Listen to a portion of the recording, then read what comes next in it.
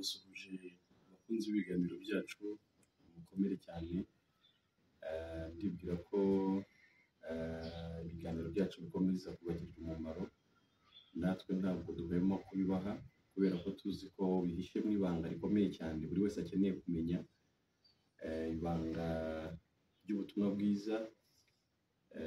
Ubundi mu by'ukuri ibintu byose abantu bababwira ntabwo bisobanuye ko aba ari ubutumwa bwiza. Ibintu mwumva hirya no hino byitwa kubwiriza cyangwa se kwigisha ijambo ry'Imana, ntabwo bisobanuye ko ari ubutumwa bwiza rwose. Ubutumwa bwiza buri specific, ubutumwa bwiza bufite icyo buvuga, bufite icyo bugamije kugeza ku bantu, kandi mu by'ukuri si n'ikindi. Iyo dusomye mu Baroma mu gice cya mbere mu 13 na 17 basobanura ubutumwa bwiza icyo ari cyo.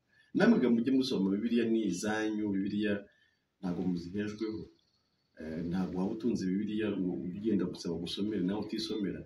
Mujye musoma mwumve nyine ibintu tuba turi kuvuga, namwe mubyisomere. Bibiliya igaragaza ko ubutumwa bwiza buhishura gukiranuka kuva ku Mana. Mbese hari ugukiranuka Imana yateguriye abantu irakuboherereza, niko guhishurwa n'ubutumwa bwiza, cyangwa se niko guhishurwa mu butumwa bwiza. Iyo umuntu adahishuriwe icyo ngicyo, cyangwa se atari cyo bari kuguhishurira, bakubwira ibindi byo muri kamere yawe, by'imbaraga zawe n'ibindi by'imyifurize yawe, babihuza bagerageza kubisanisha n'ijambo ry'Imana ngo kunde ujye wabona ko ari iby'Imana, mu by'ukuri ntabwo aba ari ubutumwa bwiza barimo barakubwiza. Umuntu agafata ibyifuzo byo muri kamere ye, agashaka kubisanisha n'ijambo ry'Imana. Ntabwo ari ubutumwa bwiza ubwo ngubwo. Ubutumwa bwiza ni ubw'Imana yadutumyeho, ni Imana ubwayo yadutumyeho hashingiwe ku kibazo twari dufite, noneho itwoherereza inkuru nziza y'uburyo ikibazo cyakemutse, ariko nanone gikemuwe n'Imana. Icyo kibazo rero si ikindi, ni ikibazo cy'ubunyabyaha. Nubwo abantu bazi ko bafite ibibazo bitandukanye byinshi byabarenze, byabazonze, ariko ikibazo nyamukuru abantu bafite ni ikibazo cy'ubunyabyaha. Niryo pfundo ry'ibindi bibazo byose aho biva bikagera. Icyaha kitarinjira, ariko tugomba no kubyumva, icyaha kitarinjira mu muntu, umuntu akiri mu ngobyi ya Edeni, ntabwo umuntu yari afite ikibazo.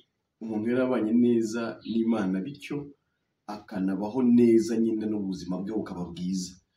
Ubundi kubana n'Imana amahoro, kubana n'Imana neza, kuba nta kibazo ufitanye n'Imana, bisobanuye kugira ubuzima bwiza. Ubundi nubwo hari igisobanuro kindi ndabizi cy'ubuzima bwiza isi ishobora kuduha, ikatubwira tuti ubuzima bwiza umuntu ni uko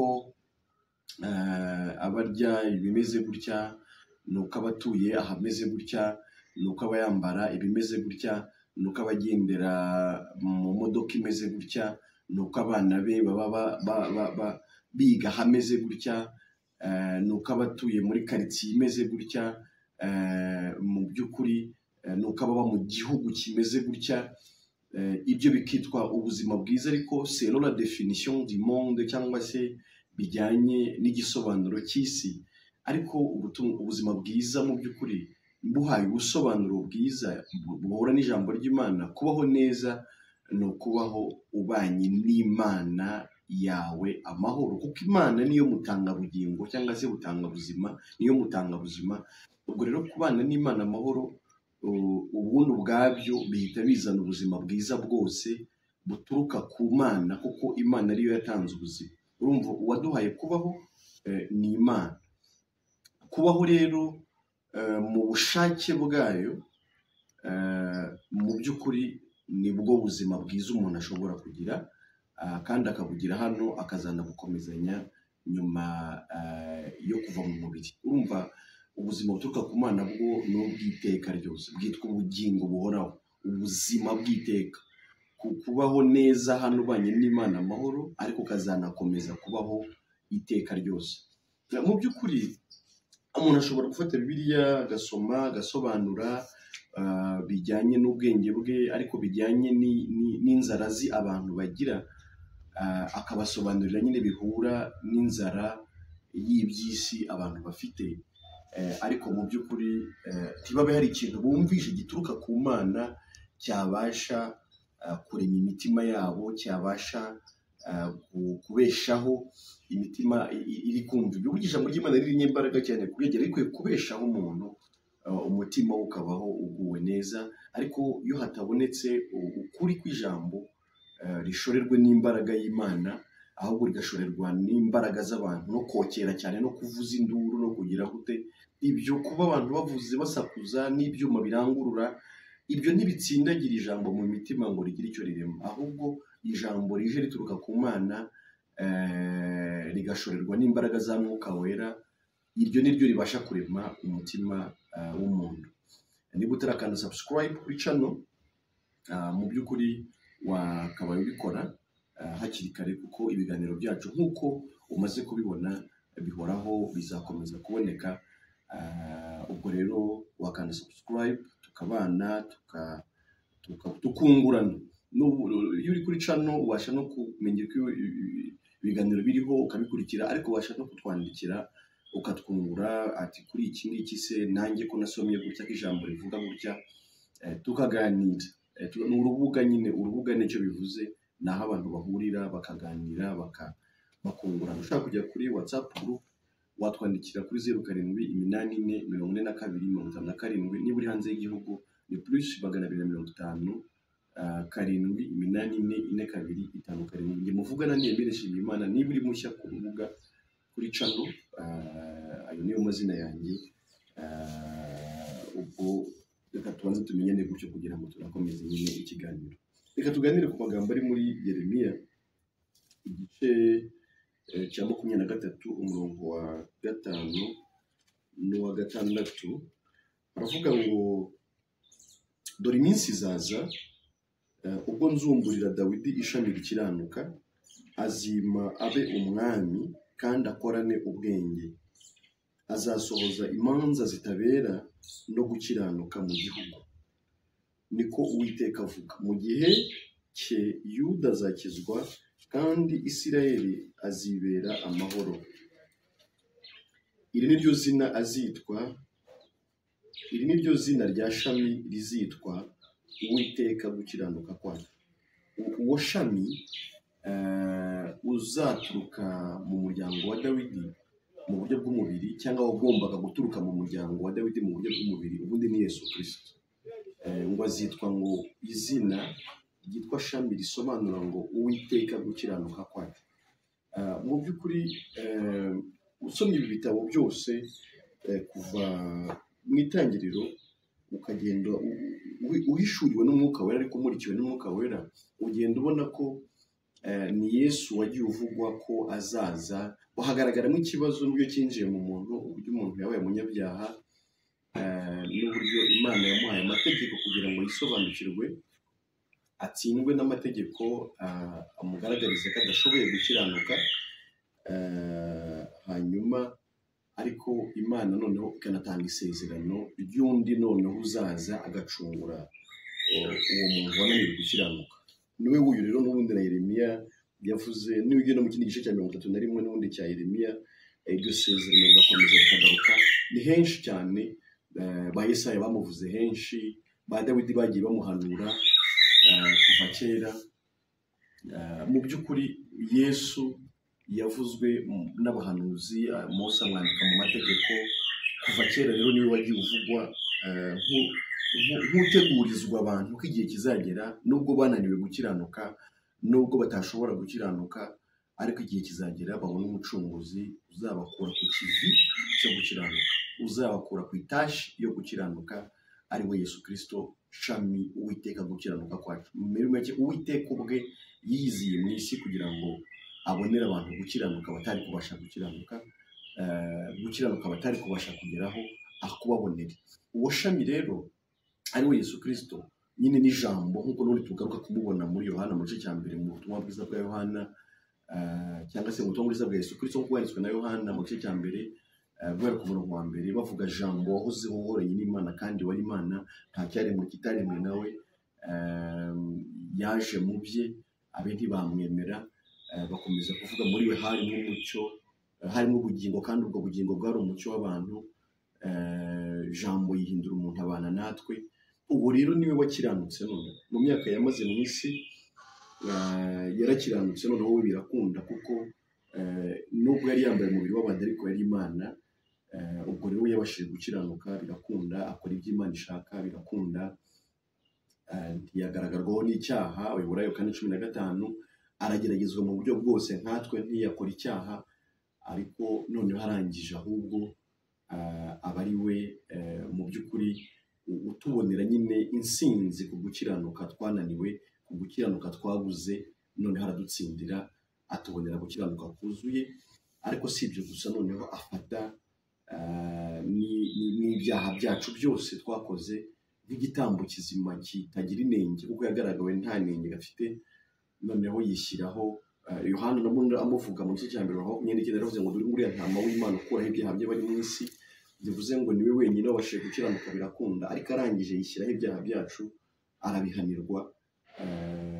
Noneho Imana idukuraho urubanza rw'ibyaha. Abaheburayo 10:10 aravuga ngo gushaka kw'Imana kwatumye twezwa, ariko tubiheshejwe n'uko umubiri wa Yesu watambwe rimwe gusa ngo bibahagije iteka ryose.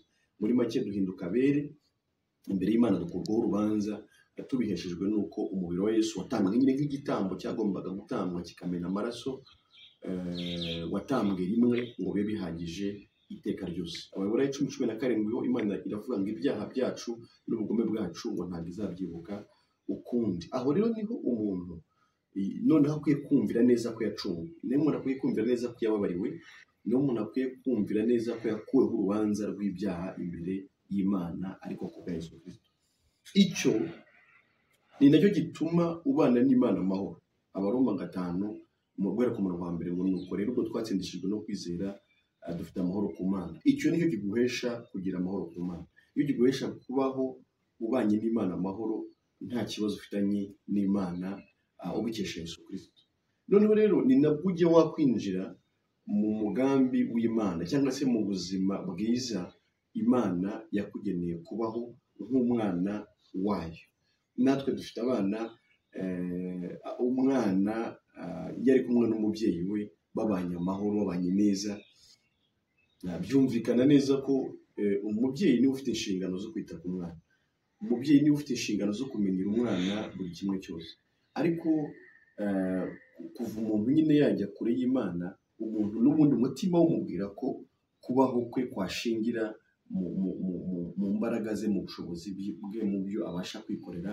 Ariko ibyo ni nabyo bituma umuntu abaho nabi ubundi, kuko umuntu Imana yaremye ifite uko yamuremye, ifite n'icyo yamuteganyirije, ifite n'ubuzima bwiza yamuremeye kubamo. Iyo utari kumwe n'Imana rero mu busabane bwawe n'Imana ntushobora kubaho neza, ntabwo bishoboka. Iby'isi yakwita kubaho neza kose, ibyo umutima we wakubwira ko ari byo ukeneye ngo ubeho neza, ibyo byose wanabigeraho, nubwo utazigera ugera no ku byo wifuza byose, ariko ibyo wageraho byose n'ubundi umutima uzaguhakanira, uzakubwira ko utabayeho neza, uzakubwira ko utuzuye, uzakubwira ko mu by'ukuri ufite ikibazo kitari cyabonerwa igisubizo, kuko umutima wawe ubundi aho ugomba kuzurira ni mu Mana. Reka mvuge iki nanone, reka mvuge ko niho clientele y'abahanuzi burya ibonekera. Clientele y'abahanuzi, isoko ry'abahanuzi naho ribonekera burya. Urabona abo bahanuzi bo dusoma mu byanditswe si bene abo ngabo tubona kuri iki gihe. Abo bantu birirwa bavuga ngo Imana iguhaye inzu, Imana iguhaye imodoka, Imana ikujyanye muri Amerika, Imana igutuje i Kigali, Imana ntabwo ari abo ba Yeremiya, ba Yesaya n'abandi. Aba bo bari bafite umugambi w'Imana neza. Imana yabanyuzagamo ibintu, projection y'umugambi Imana yari ifite ku bantu, none ikabaha guhanura ibintu bizagirira abantu umumaro, bizongera guhuza abantu n'Imana. Abandi rero baprofita gusa ko umuntu atari kumwe n'Imana. Iyo utari kumwe n'Imana ntuba wuzuye, kuko Imana niyo mwuzuro w'umuntu wayo. Kutuzura rero bituma iteka wumva ukeneye ko bakubwira uburyo ejo hazaza hameze. Ejo hazaza hameze hate? Bati Imana ikurinze uburwayi, Imana igukuriyeho impanuka, Imana igukuriyeho igifungo, umwana wawe yarapfuye Imana iramurinze, akazi kihuse, mbonye wurira indege, n'ibindi n'ibindi n'ibindi. Mu by'ukuri nagira ngo ikintu tucyumve neza, ibyo byose ni ingaruka z'uko umuntu adafite Imana. Kumva ko kurira indege ari sipesiyare, kumva ko akazi kihuza ari sipesiyare, kumva ko gukurirwaho impanuka ari ibintu byahatari, kumva ko urupfu ruvuyeho ari ibintu byahatari, kumva ko urinze uburwayi ari ibintu byahatari. Ibyo byose nubwo kandi bitagirwa byo nuko babikubwiye, ariko ibyo byose mu by'ukuri si byo umutima w'umuntu ukeneye kugira ngo ugubwe neza. Iyo uri mu Mana umenye neza ko nta kintu na kimwe ufite cyo kukugirira nabi. Iyo uri mu Mana umenye neza ko Imana ariyo mbaraga zawe. Iyo uri mu Mana umenye neza ko Imana ariyo murinzi wawe wo kwizerwa. Iyo uri mu Mana umenye neza ko izi ibya none byawe, izi ahahise hawe, izi uyu munsi hawe, izi ejo hazaza hawe. Kuko Imana ni Alpha ikaba na Omega, ni itangiriro ikaba n'iherezo. N'ubundi nawe bikubwira ngo mu izina ry'Imana, Imana igize gutya, Imana igize gutya, kugira ngo wumve ko bifite imbaraga kandi wumve nyine ko biturutse ku Mana. Ariko mu by'ukuri baba baporofise gusa ko ubundi wowe utabanye n'Imana nk'uko ariko nabo batabanye nayo, noneho bakagerageza kuguha ihumure ubundi wakabaye uhumurijwe n'Imana ubwayo. Ariko noneho abantu kubera ko bazi ko udafite Imana bakagukangisha kukubwira ko ejo hazaza hawe ari heza, ngo Imana hari ibyo iberetse, Imana hari ibyo iberetse, noneho bakagira naho bagutera ubwoba, noneho iberetse ikintu kibi, ariko bakubwira ngo noneho senga amasengesho kugira ngo gikurweho. Ariko mu by'ukuri ibibazo byo tuzahura nabyo, turacyari mu isi nyine. Iyo ukiri mu isi uhura n'ibibazo byo mu isi. Iyo ukiri mu isi kurwara ntibizabura, ubukene ntibuzabura, abakwanga ntibazabura, impanuka ntizizabura, n'ibindi bibazo bigiye bitandukanye ntibizabura. Ariko mu by'ukuri iyo umuntu abanye n'Imana amahoro, anamenya ko ibyo byose abibanyemo n'Imana, kandi ko Imana ifite igisubizo kuri buri kimwe cyose. Ikindi ko itaba yarangaye kugira ngo icyo kintu runaka kikugereho, ahubwo nk'uko tuzakomeza no kubirebera hamwe, n'amakuba Imana yemera ko atugeraho. Nk'uko dusoma inkuru za Yobu, burya ntabwo Yobu yageragejwe Imana itabizi. Ibibazo rero ni kimwe mu bigize urugendo rw'abakiranutsi, ni kimwe mu mpamba abakiranutsi bagendana cyangwa banitwaza mu rugendo rwabo. Ntabwo tuzabaho ubuzima butagira ibibazo, tuzabaho ubuzima tukiri mu isi, ubuzima bw'umurongo ugororotse. Ntabwo ariko bimeze, ariko muri byose igikuru ni uko umuntu amenya ngo Imana nk'isumba byose, nk'inyabushobozi, imbereye maso, iri mu ruhande rwanjye, ni umubyeyi wanjye, ni inshuti yanjye yo kwizerwa, ndi kumwe nayo mu ibyo bintu byose uko byamera kose. Ari ijambo ryo mu Baroma 8:8 rivuga ngo ku bakunda Imana ngo byose, reka ndirebe, ngo ku bakunda Imana byose bifataniriza hamwe kutuzanira ibyiza. Reka ndirebe, ni mu gice cya 8 kandigereho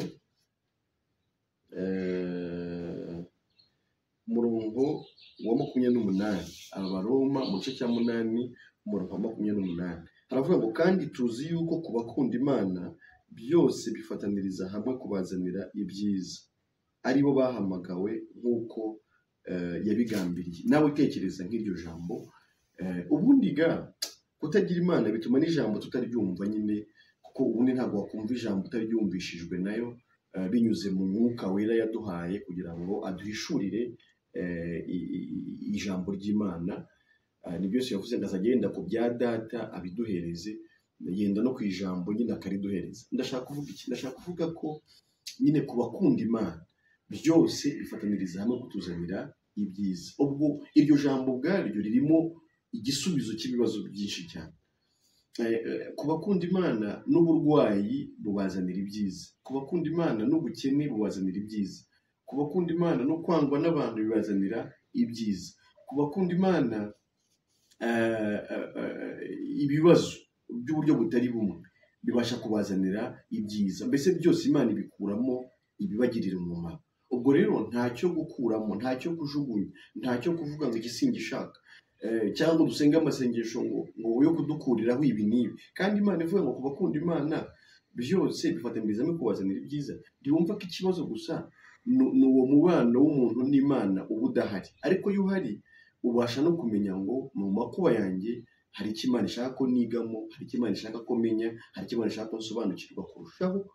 Niyo yemeye ko angeraho, ntabwo yarangaye, irandinze imbere maso, ndi kumwe nayo muri ibi, ntibizanahora gutya, igihe kizagera birangire, ariko hazaza n'ibindi kubera ko ndacyari mu isi kandi Imana hari ibyo ikomeza kunyigisha. Urumva rero mu by'ukuri niba byose bifataniriza hamwe kutuzanira ibyiza, ya masengesho ya buri kanya adashira adanasobanutse yo guhora abantu basenga ngo Mana dukurireho ibi, Mana turwanyiriza ibi, Mana agira gute, Mana agira gute, Mana agira gute, Mana agira gute, Mana agira gute, ibyo ntibyongera kubaho.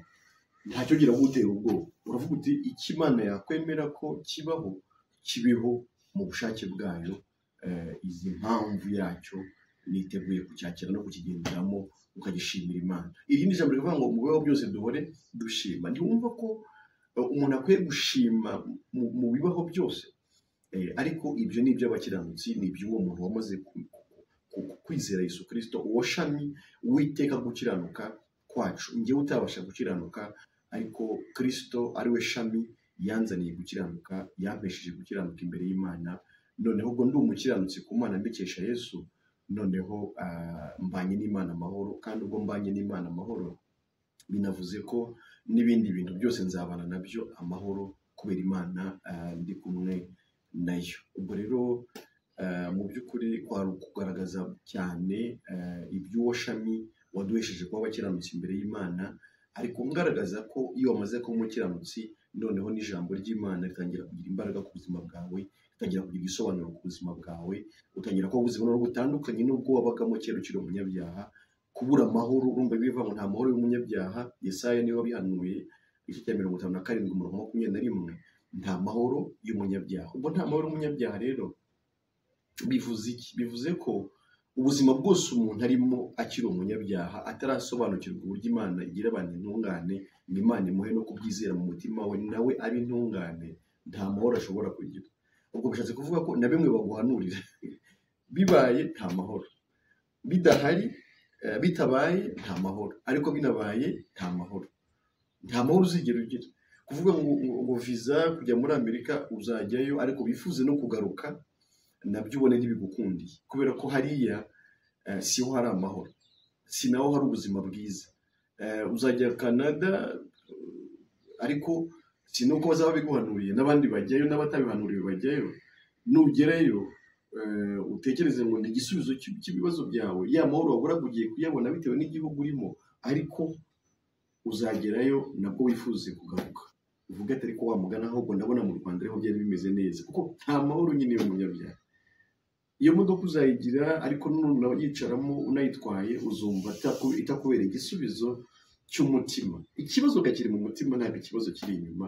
Ahavuye Imana, aho Imana yimutse hasigayemo ikibazo kitakemurwa n'imodoka, kitakemurwa n'umugore, kitakemurwa n'abana, kitakemurwa n'amashuri, kitakemurwa n'akazi, kitakemurwa na visa, kitakemurwa n'inzu, kitakemurwa n'ikindi kintu n'icyubahiro, kitakemurwa n'ikindi kintu icyo ari cyo cyose. Hari ikibazo deep down inside, hari ikibazo mu mutima kandi gikomeye cyane, cyatewe no kwimura Imana kwa muntu.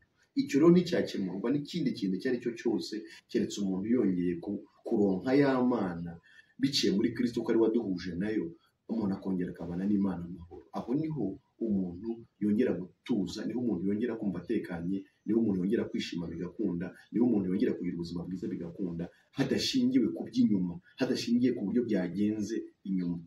Njya nkunda inzandiko za Pawulo, inyinshi yazanditse afunze, ariko iyo yandikaga yaravugaga ngo ubuntu n'amahoro bibane namwe, ndabandikiye ngo mwishime kandi mwongere mwishime. Arafunze, ariko ari kubwira abantu ngo banezerwe bishime.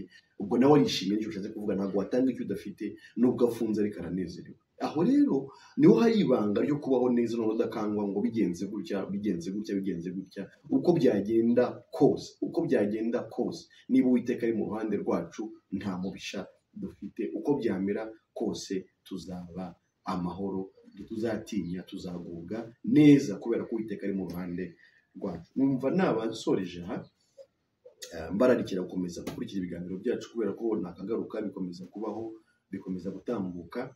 Numva n'abasoreje aha ngaha kuri iki ngiki bashimira, ndagushimira wowe wabanye natwe mu kiganiro kuva gitangira kugeza gisoje. Niba utarakanda subscribe nkwibutsa kubikora.